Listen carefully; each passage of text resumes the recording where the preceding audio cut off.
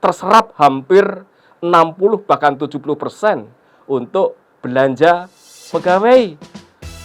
Maka inilah yang dipikirkan oleh pemerintah pusat dan oleh pemerintah provinsi agar tidak terjadi kesenjangan yang berhubung langsung dengan masyarakat, apalagi infrastruktur ya. Betul. Infrastruktur ya Pak ya, untuk Betul. mobilitas ya Pak. Betul.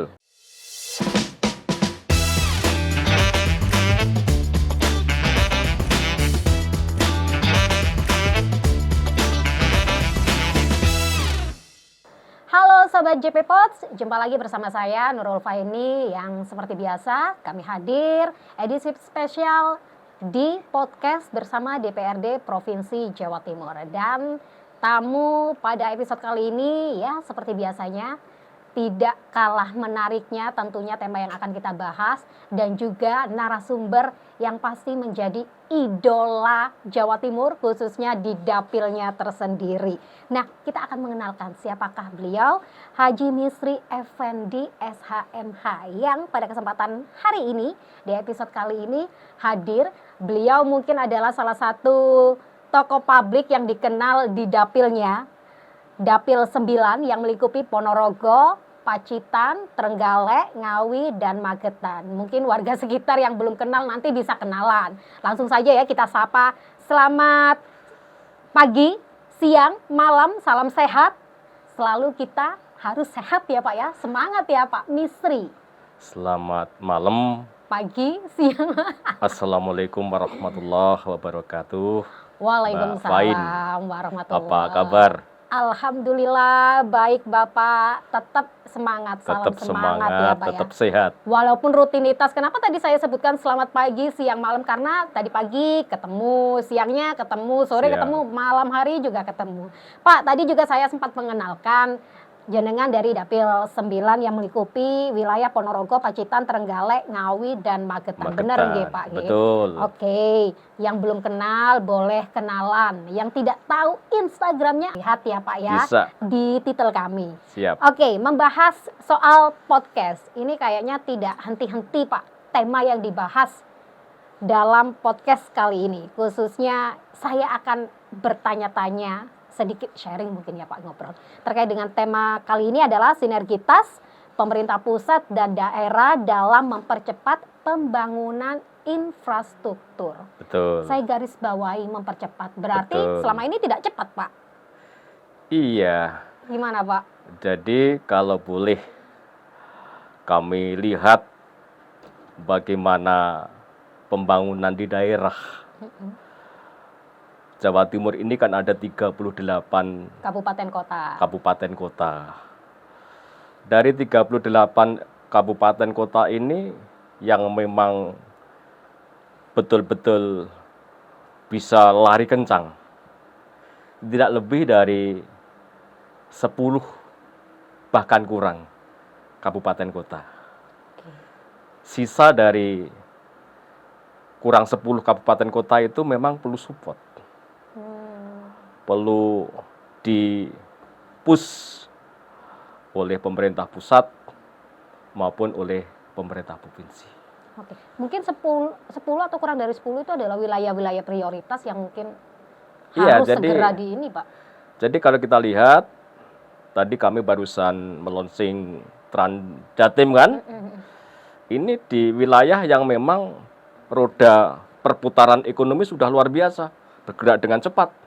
Pertumbuhan ekonomi juga luar biasa, seperti di Surabaya, Gresik, Sidoarjo, Surabaya Raya ya, Mojokerto, ya dan sekitarnya. Jadi kalau kita lihat di kabupaten kota ini dibandingkan dengan daerah Mataraman, kami Ponorogo, Pacitan, Trenggalek, Ngawi, Magetan tentu sangat jauh. Maka perlu ada sinergitas untuk mempercepat pembangunan infrastruktur antara pemerintah pusat, pemerintah provinsi, agar tidak terjadi kesenjangan pembangunan antara daerah satu dengan daerah yang lain. Bahasa kasarnya kayak lebih memprioritaskan, terus diskriminasi mungkin ya Pak? Atau tidak, sebenarnya mungkin masih dibagi mungkin Pak? Makanya ada beberapa hal dari regulasi yang harus perlu dikaji kembali ya. Contoh terkait dengan Undang-Undang Nomor 6 2014 pemerintahan desa. Di sana desa mendapatkan alokasi anggaran baik dari dana desa maupun dana alokasi desa. Tetapi yang perlu harus sama-sama kita kaji itu adalah proporsionalitas antara desa dengan luas wilayah, dengan desa dengan jumlah penduduk, jumlah kemiskinan, kemudian letak geografis.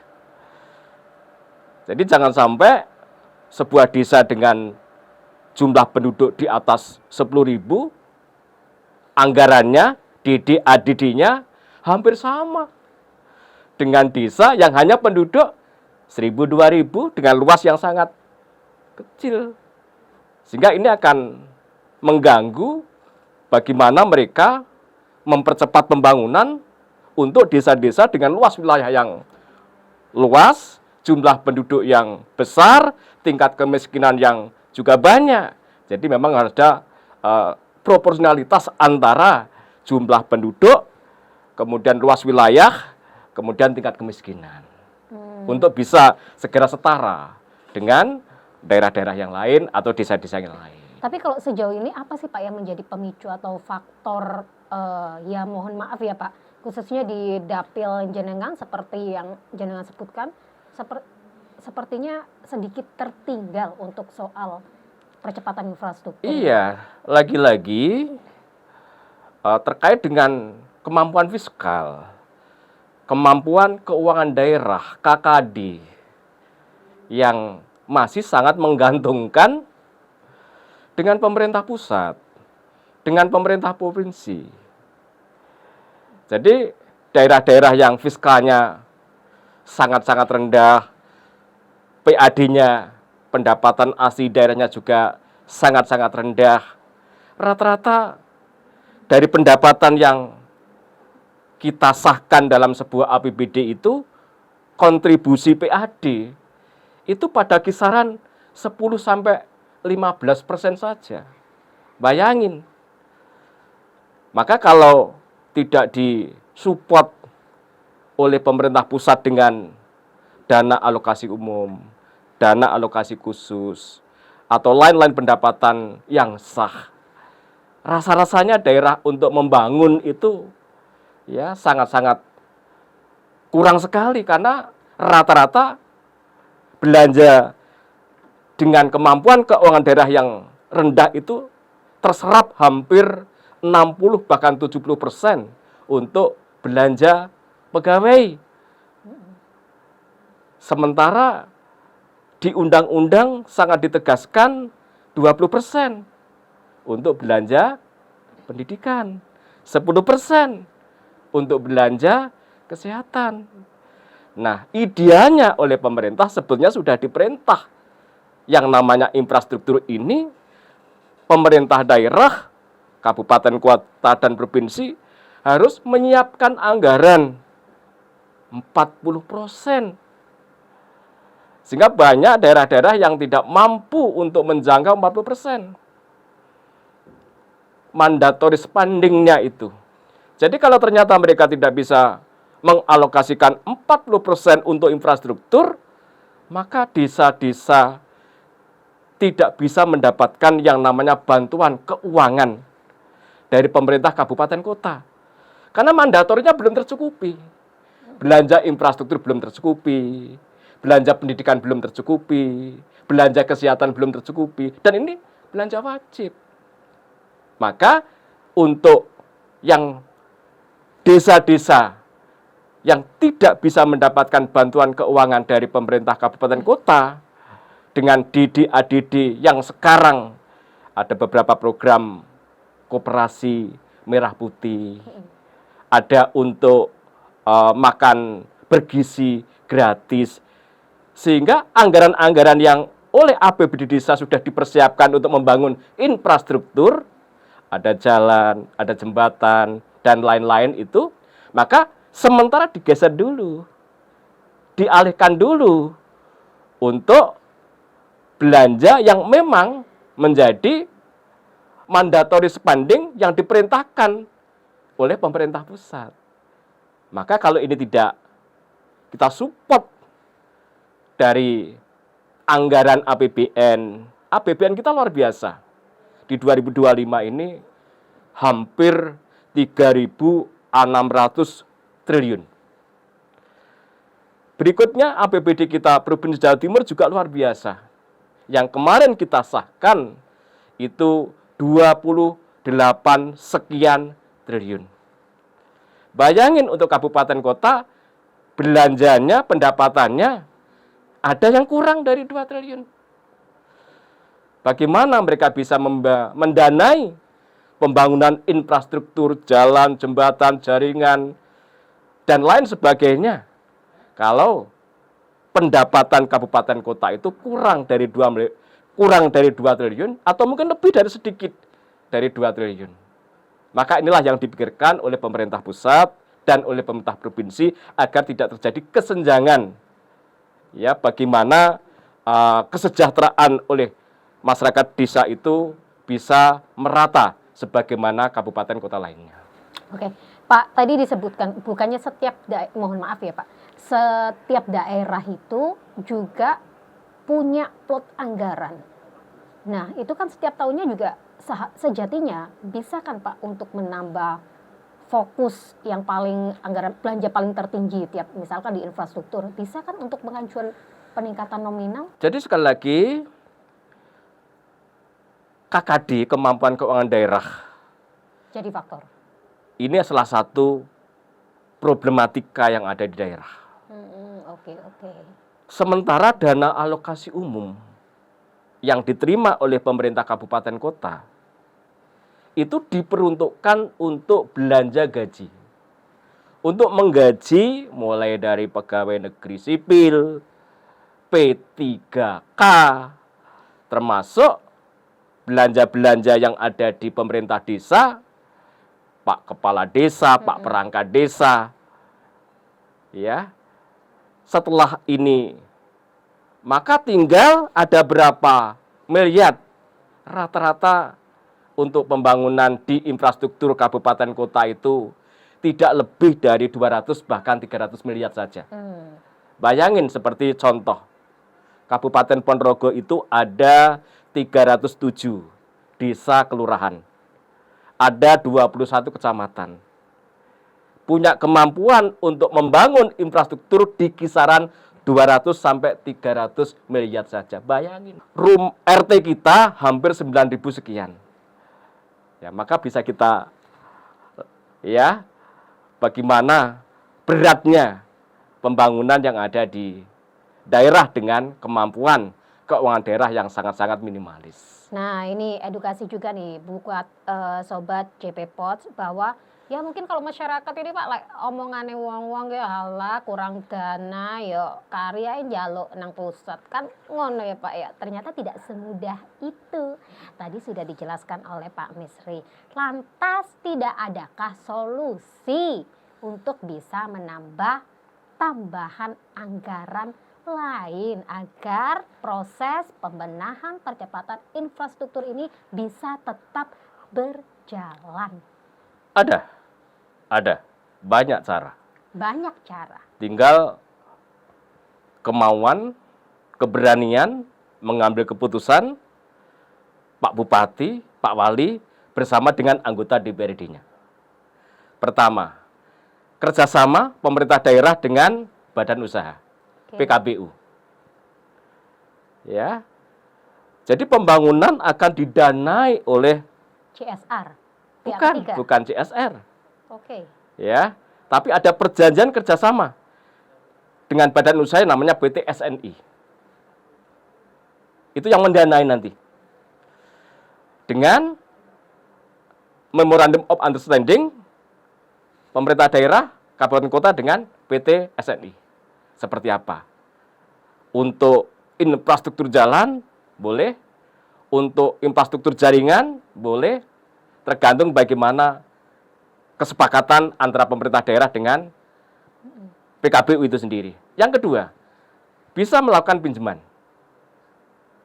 kepada boleh kepada Bank Jatim atau bank-bank lain, tapi dengan syarat mendapatkan persetujuan dari anggota dewan, dari DPRD, atau menjual aset. Ya, tinggal goodwill daripada Pak Bupati, Pak Wali, dan kawan-kawan yang ada di DPRD. Tentu semuanya itu ada plus minus. Ya, tapi kalau daerah tidak berani mengambil sebuah keputusan, ya tentu akan tertinggal dengan daerah yang lain. Tapi dengan daerah berani mengambil keputusan, maka kinerja dari teman-teman yang ada di UPD, ya, tidak hanya sebatas mencari aman. Ya, kami lihat selama ini kan teman-teman itu berada pada zona aman. Pendapatan asli daerah hanya gitu-gitu aja. Target kepada dinas-dinas pendapatan dari tahun ke tahun ya copy paste itu saja. Sehingga di saat mereka melaporkan kepada kami DPRD capaian realisasi, bayangin bisa sampai ke 150%, 200% bahkan lebih. Ini yang benar, yang salah, apa targetnya, apa karena copy paste tadi? Ya, sebuah kinerja yang luar biasa, sehingga mereka bisa melebihi dari target yang sudah ditetapkan. Ya, maka kalau saya, target ini, dengan capaian yang hampir lebih dari 100 ini, perlu dikaji ulang, dievaluasi ulang, sehingga teman-teman ini tidak berada pada zona aman. Tapi bagaimana mereka, etos kerjanya, untuk mencapai pendapatan yang memang ya oleh Pak Bupati, oleh Pak Wali Kota, oleh Ibu Gubernur, dengan adanya efisiensi dan sebagainya ini bisa menutup ruang-ruang yang memang ya perlu mendapatkan pos-pos belanja, pos-pos anggaran yang harus ditutup melalui pendapatan asli daerah.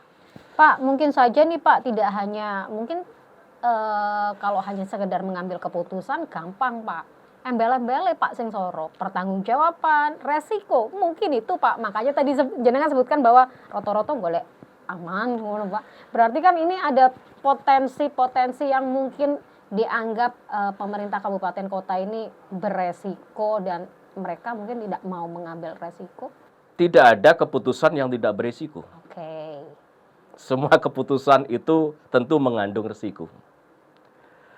Tapi kita harus mengkalkulasi, ya, apakah keputusan ini akan memberikan dampak kemaslahatan kepada rakyat, kepada umat, atau malah sebaliknya. Jadi kalau memang kebijakan yang diambil, keputusan yang diambil itu lebih bisa membawa kesejahteraan kepada masyarakat, jalan-jalan menjadi baik, jembatan-jembatan menjadi baik, jaringan-jaringan menjadi baik, tingkat bagaimana pendapatan masyarakat menjadi baik, pertanian menjadi baik, dan lain sebagainya, lewat program-program yang mereka putuskan, mengapa tidak? Why not? Jadi memang pemimpin harus berani mengambil sebuah keputusan, tapi dengan ya keputusan yang realistis. Harus benar-benar pinter hitung-hitungan seperti Pak Misri tadi. Iya. Pak, kita ke pertanyaan berikutnya. Potensi manfaat proyek strategis nasional ini di Jawa Timur. Mungkin kita lebih khususnya di dapil jenengan yang jenengan klaim tadi bahwa sebenarnya kasihan di dapil saya ini nampaknya kurang rodok kurang diperhatikan. Iya. Jadi kami mengamati, kami mencermati, kami membaca di Indrapura. Di Indrapura. Iya. Di Indrapura maksudnya di kantor DPRD. Di kantor DPRD Jawa Timur, kami baru tahu bagaimana anggaran yang dialokasikan oleh masing-masing UPD di 38 kabupaten kota ini. Saya sangat paham. Karena komisinya. Makanya Bapeda harus betul-betul cermat dan teliti bagaimana anggaran ini bisa menyentuh, ya, tidak hanya itu saja. Tapi Jawa Timur itu ada 38 kabupaten kota. Dari 38 kabupaten kota itu, ayo kita cermati bersama. Mana yang harus kita bantu, mana yang harus setengah kita bantu, mana yang sudah bisa mandiri. Agar tidak terjadi kesenjangan tadi. Antara ada Tapakuda, ada Arek, ada Mataraman, ada Madura. Inilah potret Jawa Timur. Kalau ini tidak, maka akan terjadi masalah sosial antara daerah satu dengan daerah lain. Maka potret agar tidak terjadi masalah-masalah sosial, peran perencanaan yang berikutnya akan ditindaklanjuti oleh masing-masing organisasi perangkat daerah, OPD. Tolong, ya, anggaran itu betul-betul bisa menyentuh kepada lapisan yang ada di masyarakat yang memang menjadi skala prioritas oleh pemerintah Provinsi Jawa Timur. Jadi harus saling topang menopang ya, Betul, Pak, ya? sinergitas tadi. Sinergitas. Betul. Lagi-lagi sinergitas antara. Jadi jangan takut. OPD jangan takut memberikan bantuan kepada desa. OPD jangan takut memberikan bantuan kepada pemerintah kabupaten kota. Mengapa harus takut? Ya, selama program itu dilaksanakan, dijalankan, serupiah pun tidak ada yang dikorupsi, aman, nggak ada masalah. Jangan dipersulit dengan, ya, regulasi yang akhirnya mempersulit kita sendiri. Arahan daripada Pak Presiden jelas, ya, kalau memang bisa, tidak harus dipersulit. Maka dari itu, yang harus kita betul-betul dalam tanda petik awasi adalah kalau memang nanti ada gelontoran anggaran dari pemerintah provinsi, dari pemerintah pusat, apakah betul dilaksanakan sebagaimana mestinya. Kalau ternyata ada serupiah pun yang ternyata dikorupsi, tentu ya ini menjadi catatan dari kami sebagai fungsi controlling, ya, agar ya pembangunan ini tidak kemudian terputus karena takut. Pak, tapi kita juga harus ingat dong, Presiden juga pernah menginstruksikan untuk melakukan efisiensi anggaran. Ini kan juga jadi semakin bingung juga nih. Daerah-daerah, aduh, di tengah pengen bantu, tapi disuruh efisiensi. Nah, ini kan juga problem baru mungkin ya.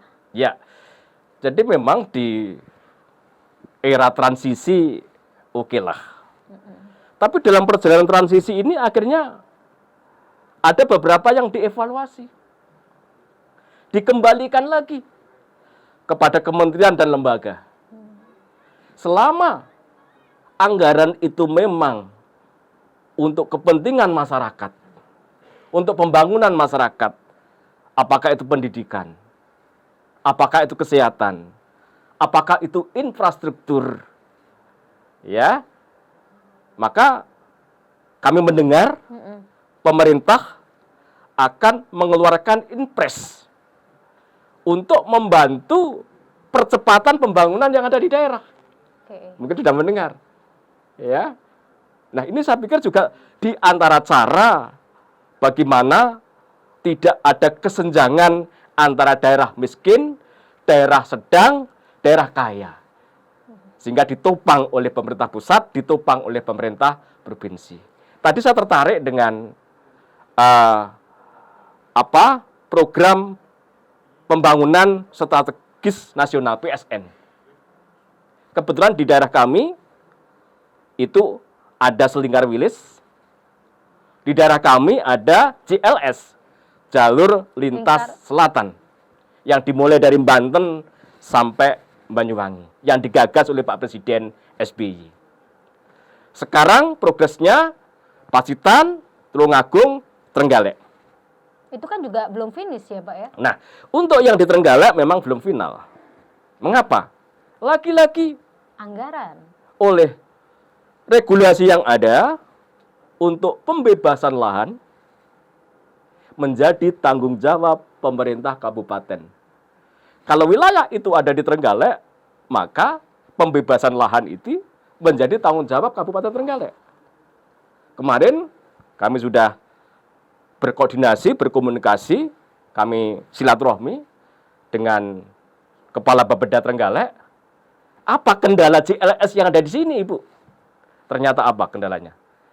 Tidak ada kemampuan untuk memberikan kompensasi lahan yang dihitung pemerintah Kabupaten Trenggalek harus menyiapkan 300 miliar. Bayangin, 300 miliar ini kalau kita gunakan untuk membangun infrastruktur yang ada di Kabupaten Trenggalek sudah luar biasa.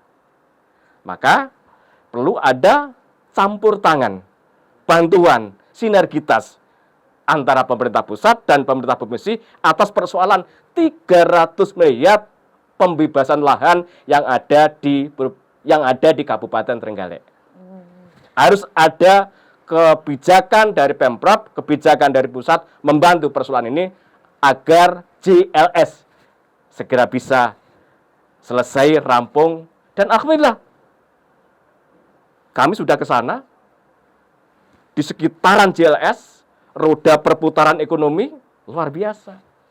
Ini juga jadi ambang kebingungan juga ya dari pemerintah daerah ya, di tengah lain kita pengen ngebut untuk pembangunan infrastruktur, di sisi lain juga harus butuh dana untuk proses kelanjutan proyek JLS. Betul. Yang harus mengeluarkan dana untuk pembebasan lahan. Betul. Nambah-nambah lagi nih. Betul. Pak, tapi sejatinya ada nggak sih Pak aturan atau mungkin regulasi yang seharusnya bisa kok bantu entah itu pusat atau provinsi melakukan istilahnya hibah atau semacam bahasa apalah kalau misalkan untuk infrastruktur ini? Itu sudah dilakukan. Oke. Kalau nggak salah kemarin kepada pemerintah Kabupaten Jember. Tinggal bagaimana pemerintah kabupaten, kemarin sudah kami sampaikan kepada Bu Ratna, Kepala Bapeda Trenggalek, ayo Ibu usulkan kepada pemerintah pusat, kepada pemerintah provinsi akan kami kawal. Berarti ini harus pinter-pinternya pemerintah daerah Betul. melakukan inisiatif ya Pak? Betul. Jadi memang pemerintah daerah, kabupaten kota harus proaktif kepada kementerian dan lembaga, kepada pemerintah pusat. Harus proaktif kepada pemerintah provinsi. Tapi proaktif itu harus ada pengawalan. Siapa yang mengawal? Dua-dua, eksekutif dan legislatif. Jadi dua-duanya harus mengawal. Pak Bupati mengawal, DPRD mengawal. Bu Gubernur mengawal, DPRD kami mengawal. Kalau tidak dikawal, ya yang terjadi usul dan usul, tapi tidak ada realisasi. Oke. Begitu. Jadi mungkin bisa saja ya Pak ya, ada gambaran seperti itu, hanya saja rasa takut mungkin. Takut nanti belum mengajukan ini, takutnya menyalahi aturan. Atau enggak takutnya sebelum mengajukan, iya kalau dikasih. Jadi begini. Lebih baik mencoba dulu lah ya. Apapun yang dimohonkan oleh pemerintah kabupaten kota, tentu dibarengi dengan sejauh mana kemampuan anggaran APBN yang ada di pemerintah pusat. Sejauh mana anggaran yang ada di pemerintah provinsi. Kami sudah mencermati, membaca.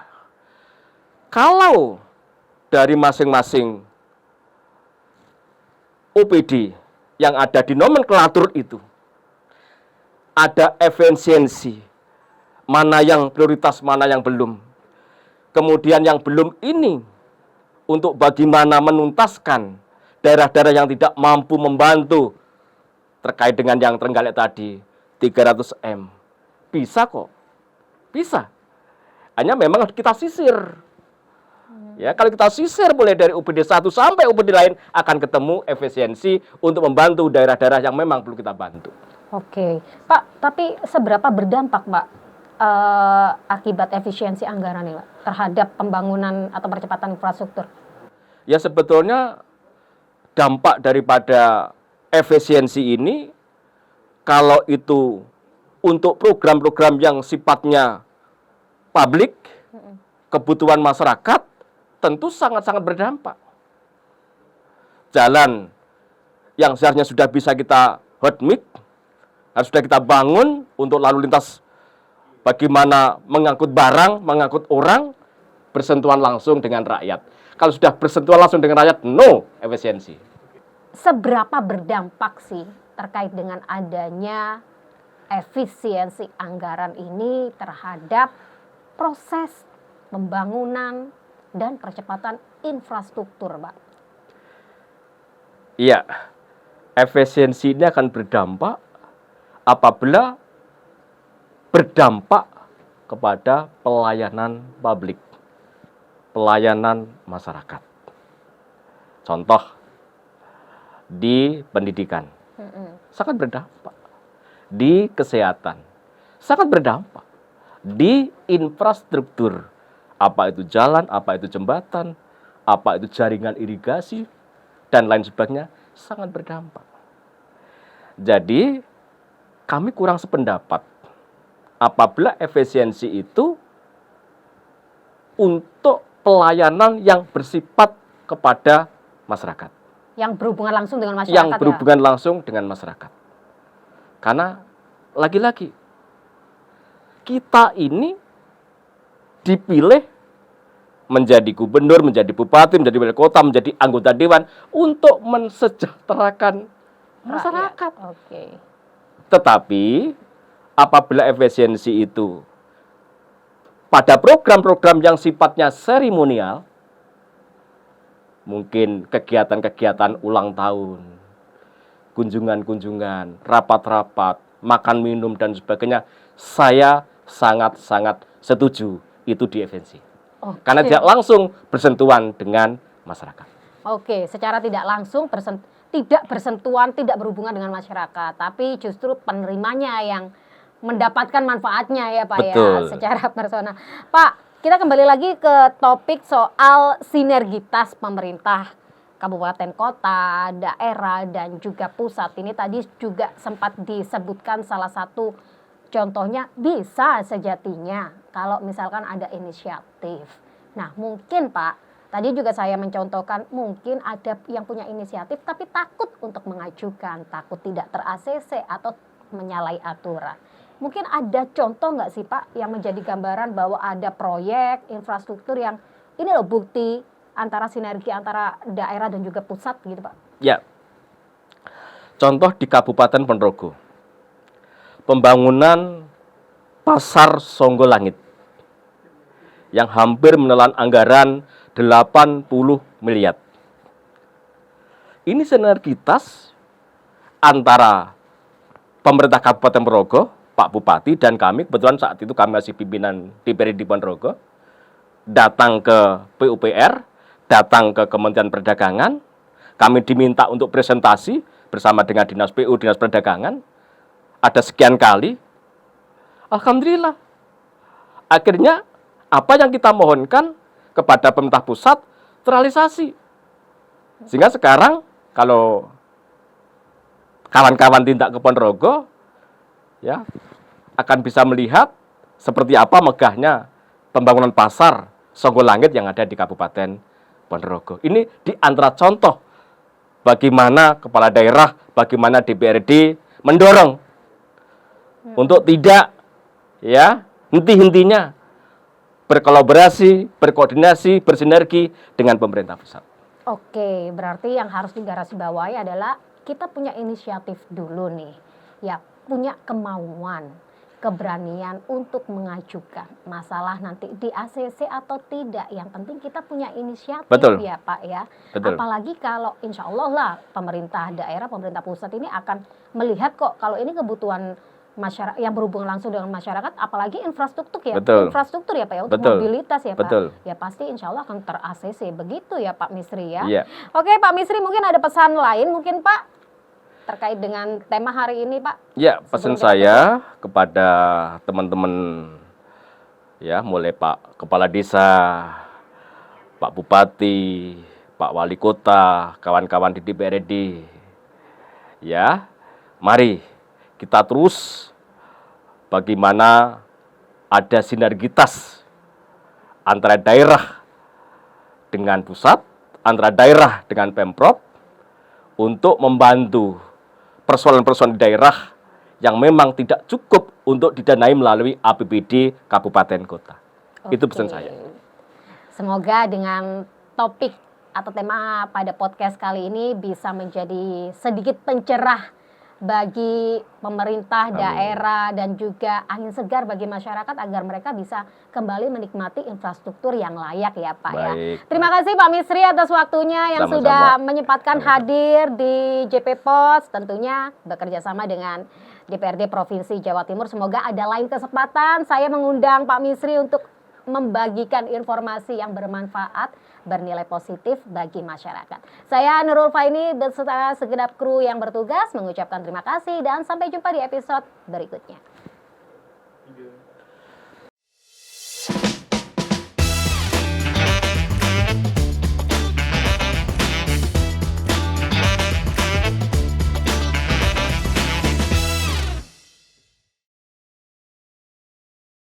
Dipersembahkan oleh